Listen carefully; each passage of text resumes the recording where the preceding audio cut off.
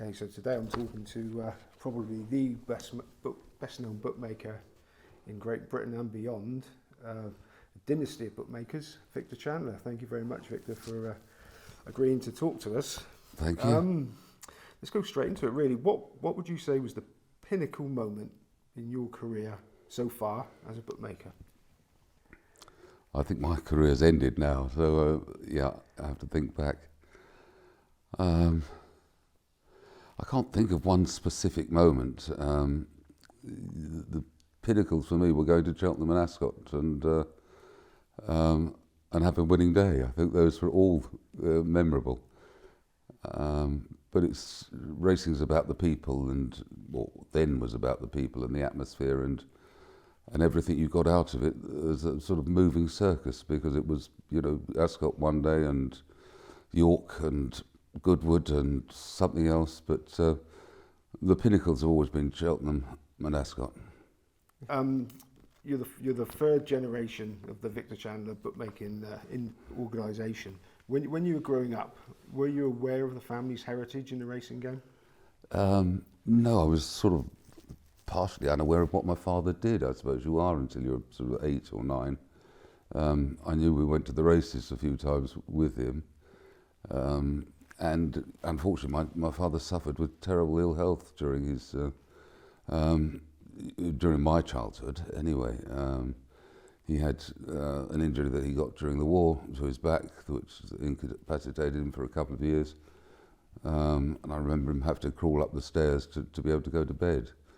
And when I was about 12, he had a lung collapse, and I can remember him going into the hospital. So. Largely unaware until about 12, I suppose, about what he even did. And he had, those times were pretty hard because the country's economy was hugely damaged by the war. Yeah, and you led a fairly, let's say, bohemian life as a young man.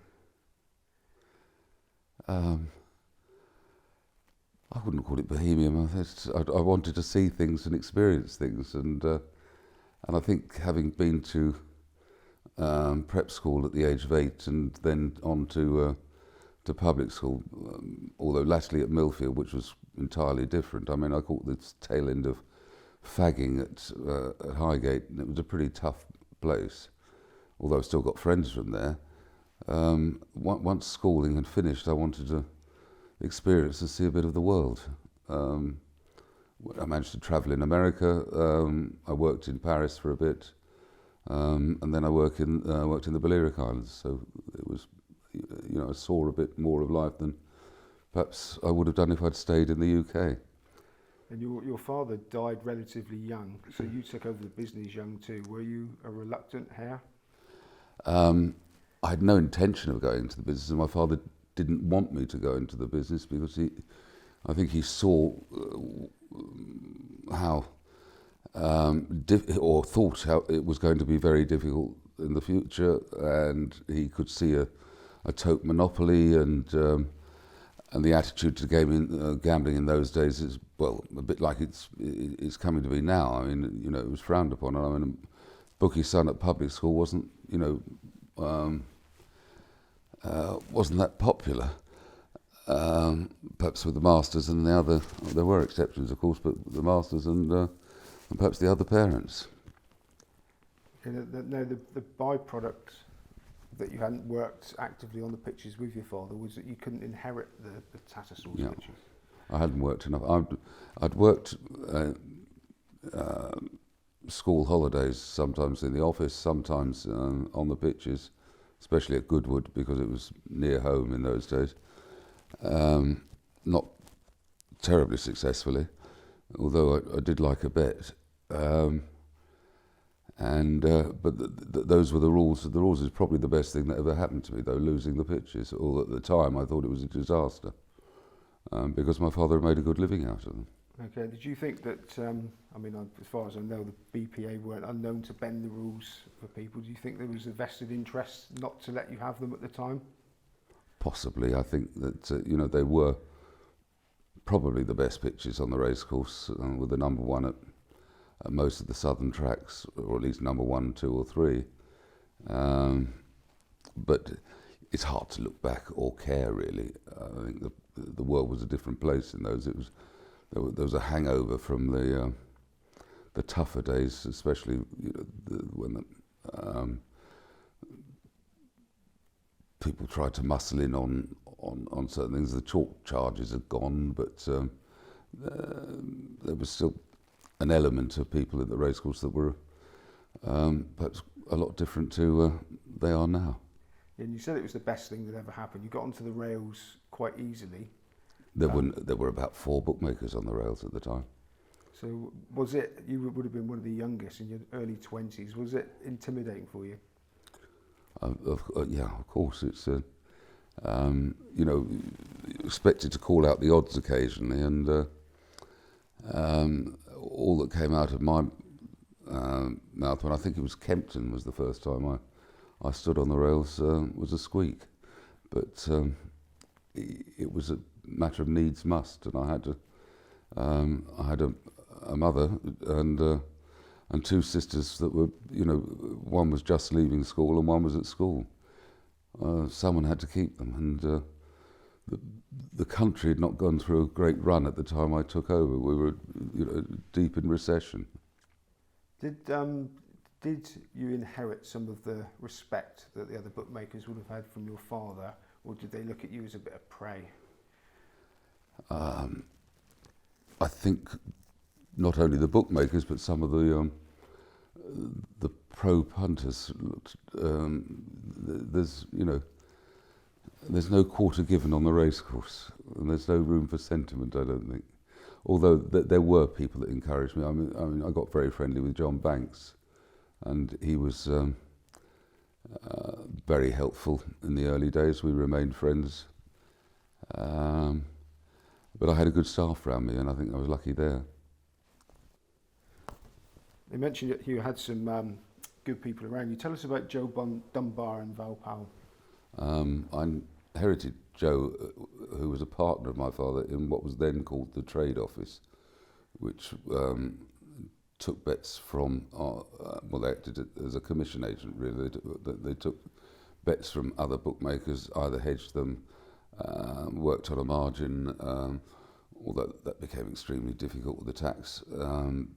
But he was, I believe, Hungarian Jew, that Dunbar wasn't his original name.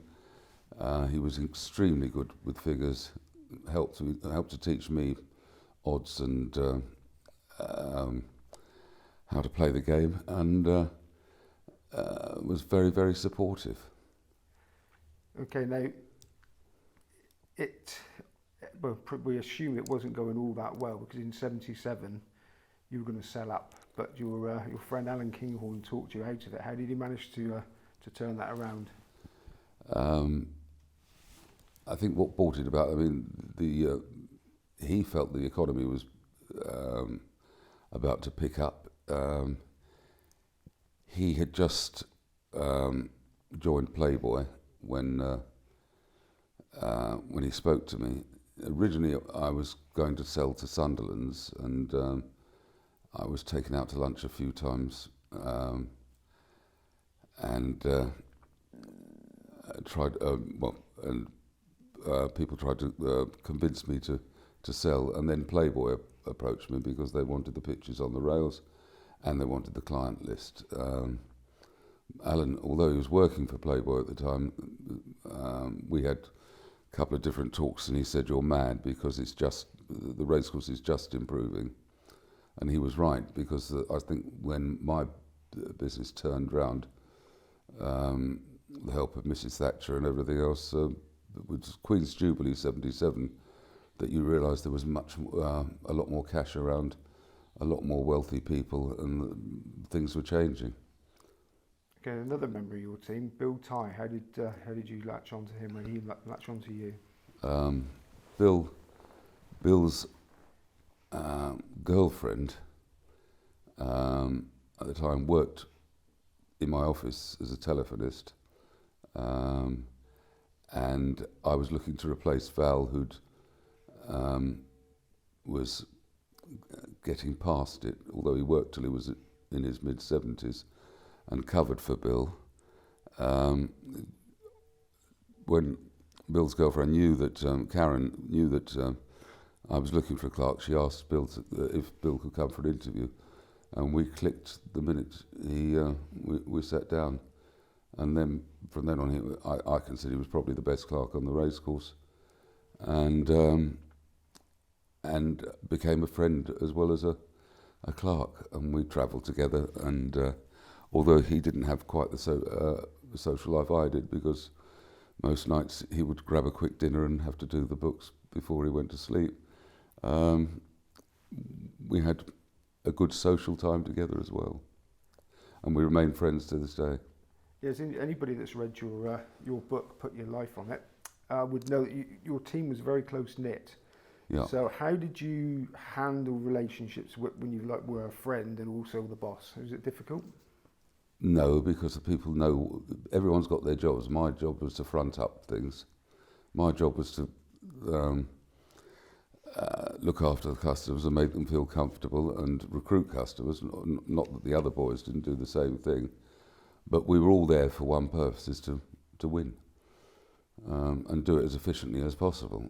So everyone would back each other up, and as I say, people knew their jobs, and my job was different to theirs. Yeah. Now you rose quickly up the ranks, sort of on the rails. When you first started there, who were the incumbent big layers at the time? Well, of course, Ladbrokes and Hills. Hills had a big business. They had obviously a huge clientele, and their pitch was always busy. Ladbrokes still had some very, very good customers, but at the time, Cyril Steen was as much a punter as a layer, and liked to back favourites, and the Ladbrokes would send money down to the racecourse all the time. You had Heathorns, and trying to recollect too, Hector MacDonald appeared at big meetings. There were quite a few that would lay a substantial bet. Now you mentioned Cyril Steen there. You straddled the line between bookmaker and punter as well. Yeah, I've always liked to have a bet, and I think if you've got people working for you that are good enough, that can price up races, and where there's a discrepancy, big discrepancy, it's only the same thing as making a book. Although part of my business was looking after customers who I considered we'd beat year in, year out, and part of the business was to play the market. So you'd be laying the trade horses if you really thought a horse was underpriced, or backing a horse if it was overpriced. And to me, it's the same thing. So where did you gather your? Because obviously it's a big skill to price up races accurately, so that you. Not you me. I worked with. I would get up early and be on the phone for hour and a half every morning, especially before the mobile phone, which was a godsend to us, because you didn't have to stop working the minute you got in the car. So that changed my life completely. I had to get to the races, and after a gap in the car with no telephone, and get into the telephone box and maybe be in there for 30 minutes before that, if I was lucky enough to get in the phone box. The world was a different place, and it's hard to impress on my kids how different it is, that they can't envisage a world without the mobile phone. I wish we'd recorded moments of panic when not being able to get on the phone at Lingfield or Plumpton, where there was one telephone box.